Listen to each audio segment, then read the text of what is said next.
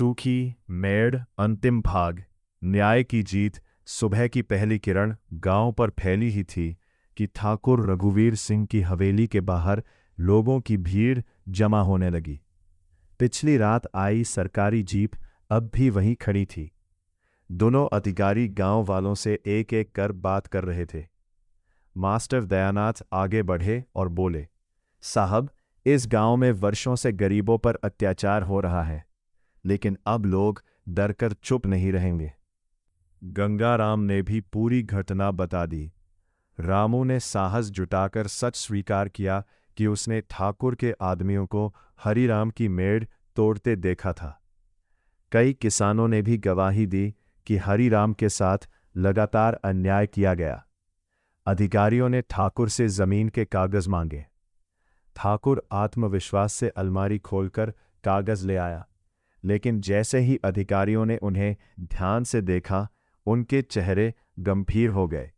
इन दस्तावेजों में कई गड़बड़ियां हैं, एक अधिकारी ने कहा। इनकी जांच होगी। पहली बार ठाकुर के चेहरे पर घबराहट साफ दिखाई दी। कुछ दिनों की जांच के बाद सच्चाई सामने आ गई। हरिराम की झोपड़ी और खेत पर ठाकुर का कोई कानूनी अधिकार नहीं था। वर्षों से दबाव और झूठ के सहारे वह गरीब किसानों की जमीन हड़पता रहा था।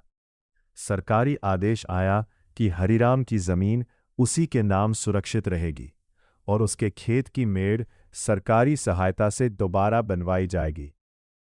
गांव वालों ने राहत की सांस ली। ठाकुर रघुवीर सिंह के खिलाफ कार्रवाई शुरू हुई। उसका घमंड, जो वर्षों से लोगों के डर पर टिका था, एक एक कर बिखरने लगा।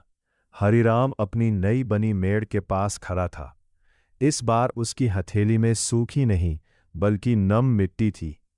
उसने मुस्कुराकर कहा, मेड़ सिर्फ मिट्टी की नहीं टूटी थी, लोगों का हौसला भी टूट गया था। आज दोनों फिर से खड़े हो गए हैं। गौरी ने पिता की ओर देखा और बोली, बाबा, सच की राह कठिन जरूर होती है, लेकिन मंजिल हमेशा उसी की होती है जो हार नहीं मानता। हवा का एक हल्का झोंका खेतों से होकर गुजरा। नई फसल की हरियाली लहराने लगी। मास्टर दयानाथ ने दूर खड़े बच्चों से कहा, याद रखना, अन्याय करने वाला कभी बड़ा नहीं होता। बड़ा वो होता है जो अन्याय के सामने झुकता नहीं।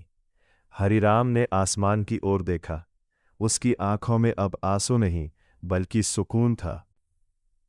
सूखी मेड़ अब सिर्फ मिट्टी की मेड़ नहीं रही थी, वह साहस, एकता और न्याय की ऐसी मिसाल बन चुकी थी जिसे गांव की आने वाली पीढ़ियां भी याद रखेंगी। अगर आपको सूखी मेड़ की ये कहानी पसंद आई हो तो वीडियो को लाइक करें, अपने विचार कमेंट में ज़रूर लिखें और ऐसे ही मौलिक, भावपूर्ण और प्रेरणादायक हिंदी कथाओं के लिए हमारे चैनल अक्षर लोक को सब्सक्राइब करना न भूलें। मिलते हैं एक नई कहानी के साथ। तब तक के लिए नमस्कार।